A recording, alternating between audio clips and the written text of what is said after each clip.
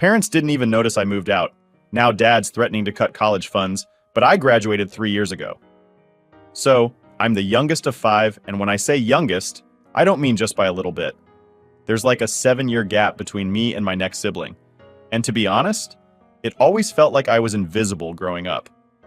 My siblings all had their own stuff going on, and I guess my parents just assumed that because I wasn't sick or having mental health issues like the rest of them, I didn't need them. I'm not trying to be all woe is me or whatever, but it's the truth. The others were always in and out of hospitals, therapy, you name it. And me? I was just there. The glass child, they call it, right? You can see me, but you don't really notice me. I was fine with that for the most part. I spent a lot of time by myself, playing video games, reading, keeping to myself.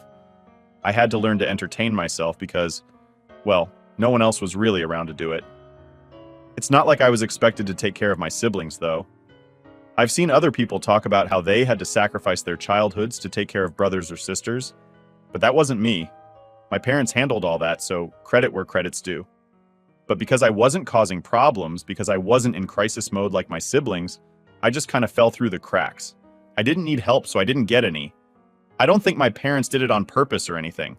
It's just that when you've got 4 kids who are constantly dealing with health stuff, the one who's healthy is kind of like an afterthought. They were always so busy with hospital visits, doctor's appointments, and school meetings for the others that I just became this kid who didn't cause trouble and didn't get attention. It's like I was invisible, but not in the tragic movie kind of way, just in a practical, we've got our hands full kind of way.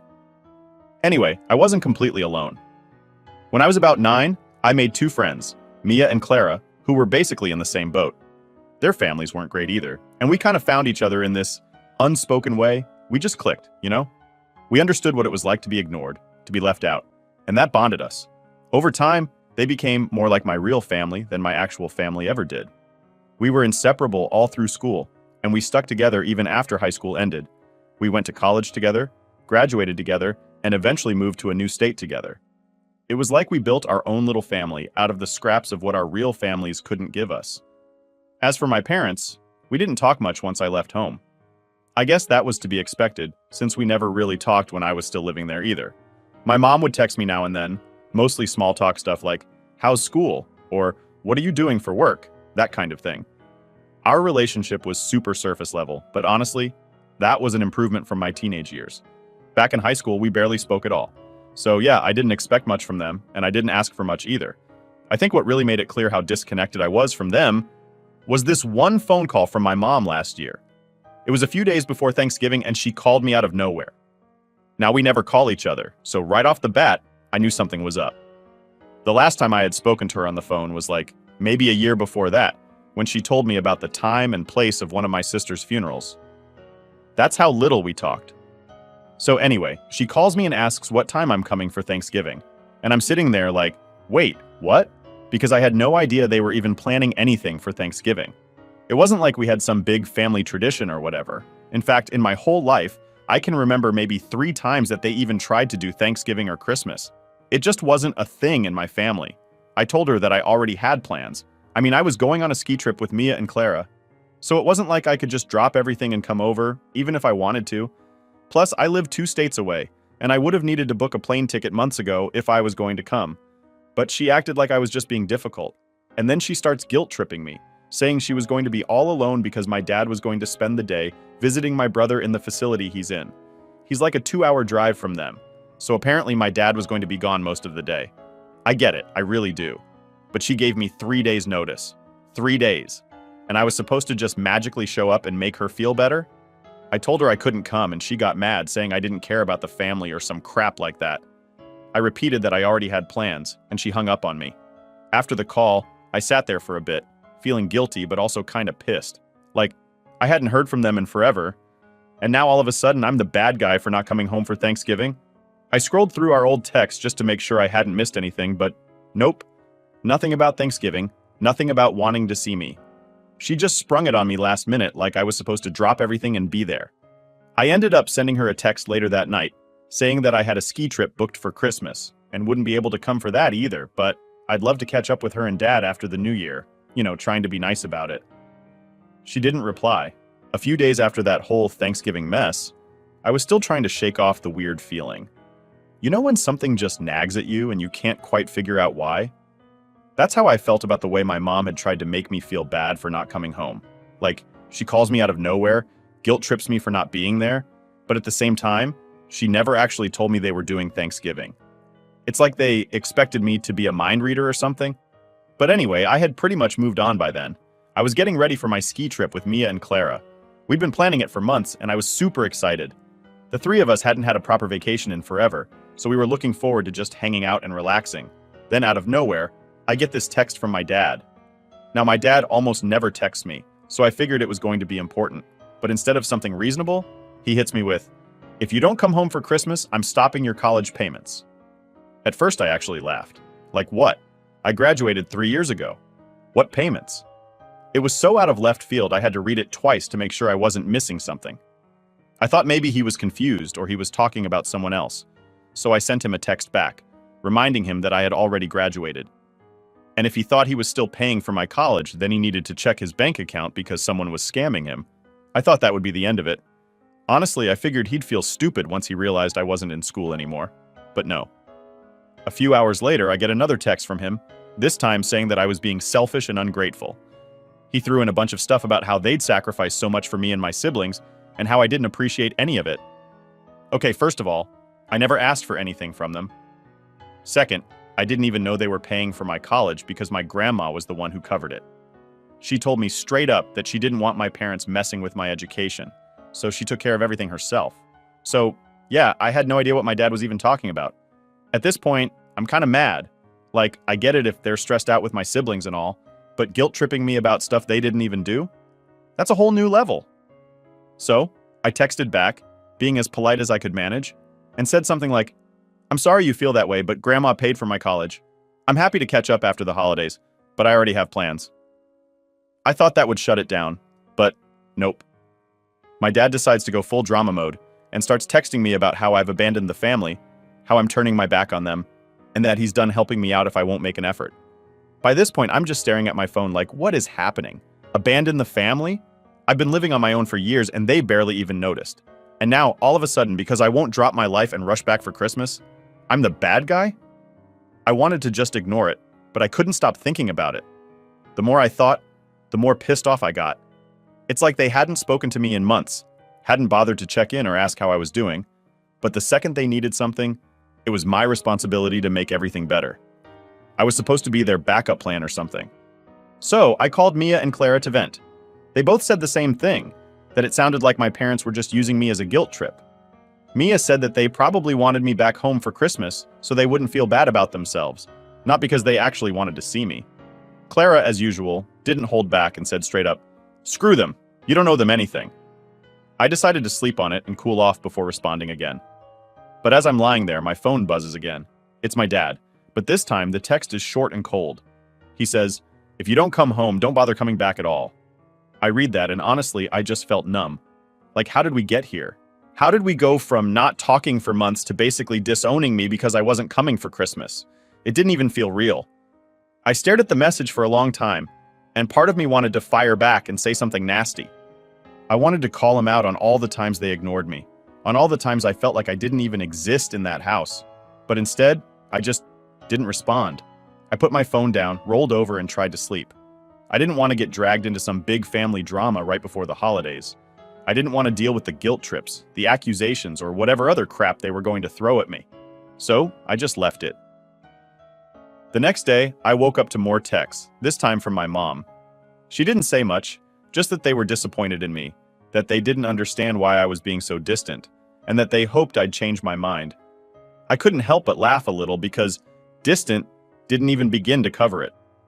I'd been distant my whole life, but they were just now noticing? I ignored the texts again and focused on getting ready for the ski trip. Mia and Clara were pumped, and honestly, I was too. It felt like the perfect escape from all the family nonsense. We hit the road the next day, and for the first time in a long time, I didn't think about my parents. I didn't feel guilty. I didn't feel sad. I just felt free. But of course, things couldn't stay peaceful forever. Just when I thought I could move past it, I got another message from my mom, this time right in the middle of the trip. She wasn't giving up. She said that if I didn't come home soon, they'd have to start making decisions about the future without me, decisions that I wouldn't like. That's when it clicked. They were planning something bigger than just Christmas. Maybe they were talking about one of my brothers or something with the house. I didn't know what, but suddenly it made sense why they were pushing so hard. They didn't want me around just for the holidays. They wanted me back in the fold for some bigger reason. And honestly, that realization was like a punch in the gut. All this time, I thought they were just being clingy or feeling lonely. But it was never about me. Not really. It was about what they could get from me. I was done. So, after that whole mess with my parents trying to guilt trip me, I thought things would just die down. I ignored their texts, went on the ski trip, and tried to focus on the fact that I had my own life, my own plans, and I wasn't going to let them drag me back into their world of guilt and expectations. But of course, it wasn't that simple. I was back home, just getting settled into my usual routine, when I got a message from my older brother, Jake. Now I hadn't talked to Jake in months, probably longer actually. Jake was the one sibling who, when we were growing up, I thought would maybe understand me a little. He wasn't as sick as my other brothers, so I always figured we could have had something more, but he was always too wrapped up in his own life. Whatever. Anyway, seeing his name pop up on my phone surprised me. His message was simple. Hey, we need to talk. I didn't know what he wanted, but I wasn't in the mood for more family drama. I texted back, about what? A few minutes later, he calls me. I debated whether to answer, but curiosity got the better of me. So I pick up the phone, and before I can even say hello, he jumps straight into it. Mom and Dad have been talking about making you the legal guardian for one of the boys when they're gone. I swear, I almost dropped the phone. My heart was racing, and I just sat there stunned for a few seconds. Was this some kind of joke? Like after all these years of barely being in my life, now they're just going to dump this responsibility on me? What the hell are you talking about? I finally managed to ask. Jake sighs like I'm the one being unreasonable. You know how things are with Mom and Dad. They've got a lot on their plate with the other boys, and they're not going to be around forever. They need to know someone's going to step up and take care of things when they're gone. I could feel my blood boiling. And they think that someone is me? After everything? After all the ignoring and guilt tripping, they just assume I'm going to drop everything and take over their mess? Jake didn't seem to get why I was so upset. Look, I know it's a lot, but you're the only one who's really stable. The rest of us, we've got our own issues. I almost laughed. Yeah, well, maybe you guys should have thought about that before now. I didn't even know this was a thing. They never told me. They were going to talk to you about it, he said. But I figured you should know before they tried to spring it on you. I was pissed. This wasn't just about Christmas or Thanksgiving anymore. This was bigger. They were planning something long-term, and they hadn't even thought to talk to me until now, when it was convenient for them. They hadn't spoken to me in years, and now they wanted me to step in as the responsible one? No, just no. So what, they've been discussing this behind my back? I asked, still trying to wrap my head around it. Like, they just decided I'd take on the responsibility without even asking me? Yeah, pretty much, Jake admitted. They've been planning for a while. I sat there in silence for a minute, just staring at the wall, trying to process everything. Part of me wanted to scream at Jake, but I knew it wasn't really his fault. He was just the messenger. But that didn't change the fact that my parents were about to screw me over in the biggest way possible. They weren't just asking for a favor. They were asking me to dedicate the rest of my life to cleaning up after them. I was done being invisible, but I sure as hell wasn't going to become their backup plan now. So what am I supposed to do? I asked, feeling more defeated than anything. Just drop my whole life and move back home? Give up everything I've worked for? Jake didn't have an answer for that. He tried to talk about how hard things were for our parents, how they were struggling to manage everything with my brother's care, but I didn't care. I'd spent my whole life being pushed aside because I wasn't a problem.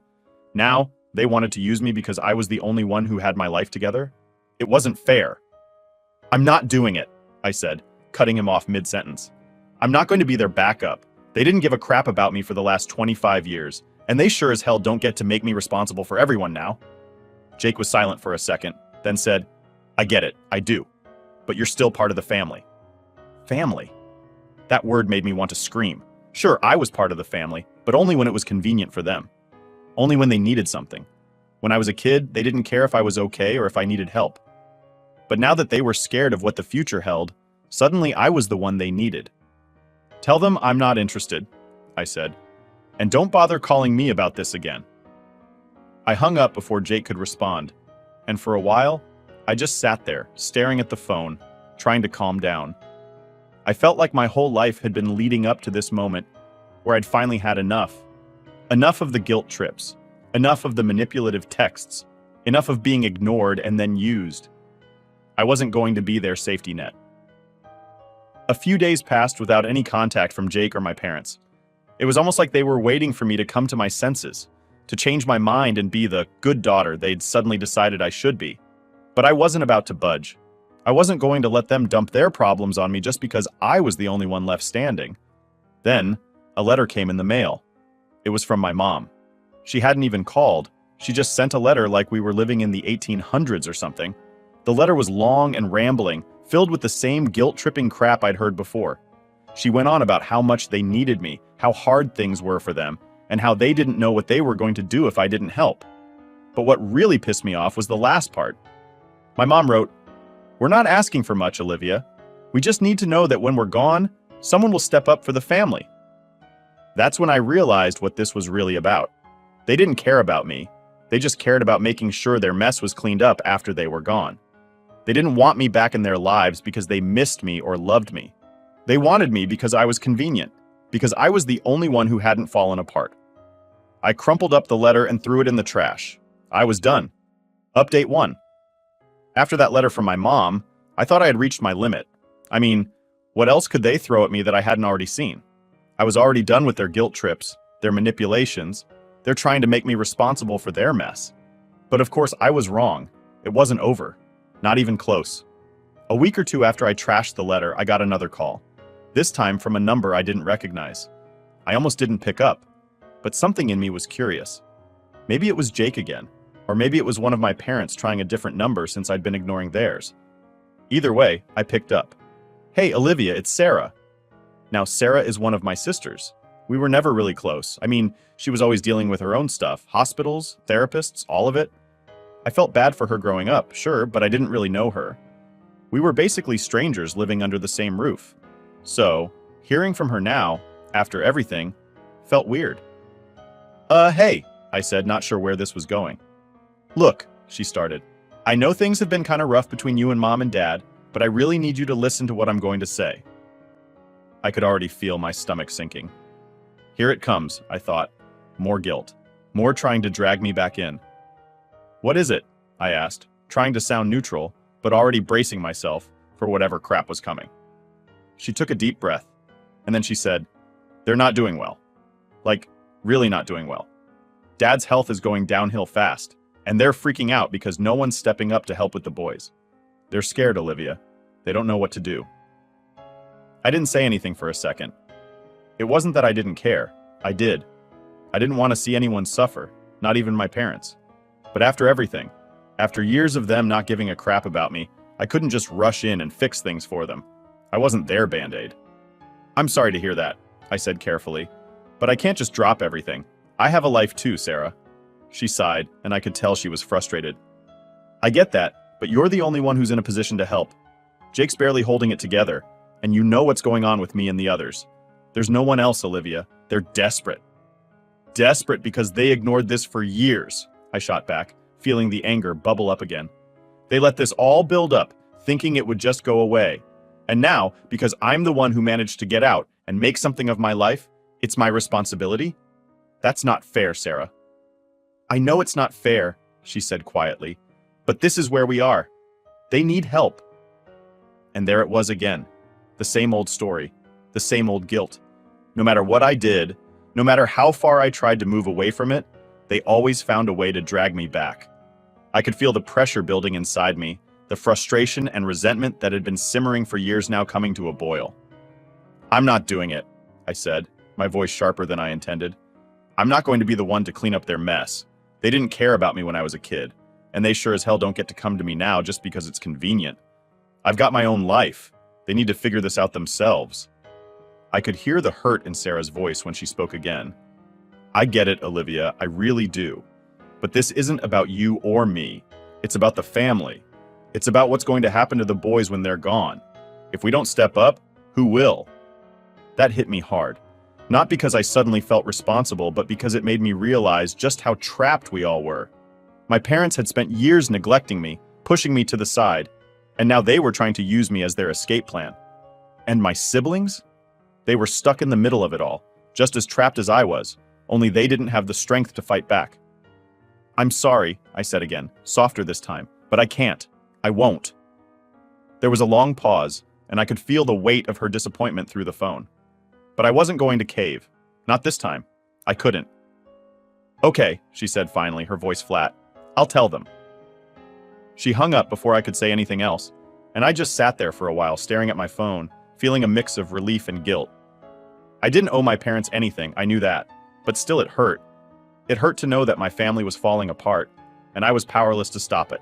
Or maybe I wasn't powerless, I just wasn't willing to sacrifice myself for them anymore. A few days later, I got another letter from my mom. This time, it was even worse. She didn't even bother with pleasantries. She went straight for the guilt trip. She wrote about how disappointed she was in me, how I was letting the family down, how she couldn't believe I would turn my back on them in their time of need. She threw in a bunch of stuff about how hard it was for her and my dad, how they'd sacrificed so much for us, and how she didn't know what she'd done to deserve a daughter who was so selfish. It was brutal, and for a second it worked. I felt that old, familiar sting of guilt, the same guilt I'd felt my whole life growing up. But then I remembered all the years I'd spent being invisible, all the times they'd forgotten about me, all the moments I needed them and they weren't there. And I realized that this wasn't about them needing help. This was about control. This was about them trying to pull me back into their web, to make me feel like I owed them something. But I didn't owe them anything. Not anymore. I crumpled up the letter and tossed it in the trash, just like the last one. I was done. I was done being their pawn. I was done letting them manipulate me. I had my own life now, and I wasn't going to let them take that away from me. The next day, I blocked their numbers. I blocked Jake's too, just to be safe. It wasn't an easy decision, but it was the only one that felt right. I couldn't keep letting them drag me down, keep making me feel like I was responsible for their problems. They made their choices, and now they had to live with them. For the first time in a long time, I felt free. Update 2. Blocking their numbers felt like a relief, like this heavy weight had been lifted off my shoulders. For the first time in, well, ever, I had control over the situation. I wasn't sitting there waiting for another guilt-tripping message from my mom or a surprise call from Jake. It was quiet, peaceful, but of course that didn't last. About 2 weeks after I blocked them, I got a knock on my door. I wasn't expecting anyone, and honestly I thought it might be a delivery or something. But when I opened the door, there she was, my mom, standing right there on my doorstep like she had every right to be there. I don't know how she found me. I mean, I hadn't exactly been hiding, but I didn't think she'd just show up at my place. She looked different. Older, I guess. Or maybe it was just the stress, but either way, I could see that things hadn't been easy for her. But I didn't feel sorry for her. Not anymore. "What are you doing here?" I asked, keeping my voice as calm as I could. She didn't answer right away. She just stood there looking at me like she didn't recognize me. Finally, she spoke. "We need to talk, Olivia." I sighed. "No, we really don't. I've said everything I needed to say. I've made my decision." She stepped forward like she was going to come in, but I stood in the doorway, blocking her. I wasn't about to let her in and let this turn into another guilt trip. "Please, just listen," she said, her voice softer now. "Your father's getting worse. He's in and out of the hospital, and we don't know how much time he has left. I don't know what to do, Olivia." There it was. The card she'd been waiting to play. The "your father is dying" card. She didn't say it outright, but I knew that's what she was hinting at. And I'm not heartless. I didn't want my dad to suffer. But after everything they'd put me through, I couldn't just drop everything and rush to their side. "I'm sorry," I said, trying to keep my voice steady. "But this isn't my problem. You and Dad have had years to figure this out. You can't just show up now and expect me to fix everything." She looked at me like I'd slapped her. "I'm not asking you to fix anything. I just need you to be there. For the family." "For the family?" I repeated, almost laughing. "What family? The one that ignored me for 25 years? The one that only talks to me when they need something? That's not a family, Mom. That's just manipulation." Her eyes widened, and for a second, I thought maybe she was going to argue with me. But instead, she just started crying. Right there, on my doorstep, she broke down in tears. And I didn't know what to do. I wasn't going to invite her in, but I couldn't just stand there and watch her cry either. "Look," I said, my voice softer now. "I get that this is hard for you. I really do. but I'm not your backup plan. I'm not the person who's going to come in and make everything okay. You made your choices. Now you have to deal with them. She wiped her eyes and looked up at me, and I could see the anger starting to replace the sadness. We did the best we could, Olivia. You don't understand what it was like, raising all of you, dealing with everything. We didn't have time for you because we were trying to keep everyone else alive. There it was. The excuse. The same excuse I'd heard a million times before. And that's not my fault, I said, my voice firm now. You made the choice to have 5 kids. You made the choice to focus on everyone else and leave me behind. That was your decision, not mine. And now you're trying to make me feel guilty for it. I won't do it, Mom. I won't. She stood there for a long time, not saying anything, just staring at me like she didn't know who I was anymore. And maybe she didn't. Maybe in her mind I was still that little kid she could ignore because I wasn't causing trouble. But I wasn't that kid anymore. I was done being invisible. Finally, she spoke. So, that's it. You're just going to turn your back on us? I shook my head. No, you turned your back on me a long time ago. I'm just finally walking away. She didn't have anything to say to that. She just turned and walked away, heading back to her car. I watched her go, feeling a strange mix of emotions. Part of me was sad, sure, but most of me just felt free. Like I'd finally let go of something I'd been carrying for years. Something I should have let go of a long time ago. After she left, I went back inside and sat down, trying to process everything that had just happened. I wasn't angry anymore. I wasn't even hurt. I was just done. Done with the guilt, the manipulation, the constant feeling like I wasn't enough. I wasn't going to be their backup plan. I wasn't going to be their last resort. I had my own life to live, and I wasn't going to let them drag me down anymore. The next few weeks were quiet. I didn't hear from anyone. No calls, no letters, nothing. And honestly, it was the best I'd felt in a long time. I focused on work, on my friends, on my life. I wasn't looking over my shoulder, waiting for the next message from them. I wasn't living in the shadow of their expectations anymore. And then, about a month later, I got an email. Not from my mom or my dad this time, but from Jake. It was short, just a few sentences, but it said everything I needed to know. Dad passed away last night. I thought you should know. I stared at the email for a long time, not really sure how to feel. I wasn't surprised. I knew this was coming. But I didn't feel sad either. I didn't feel much of anything, honestly. I thought about responding. I thought about calling Jake, asking how he was holding up, maybe even offering my condolences. But then I realized that this was just another step in the same cycle. Another chance for them to pull me back in, and I wasn't going to fall for it this time. I closed the email without replying and went on with my day. I wasn't part of their world anymore, and I was finally okay with that.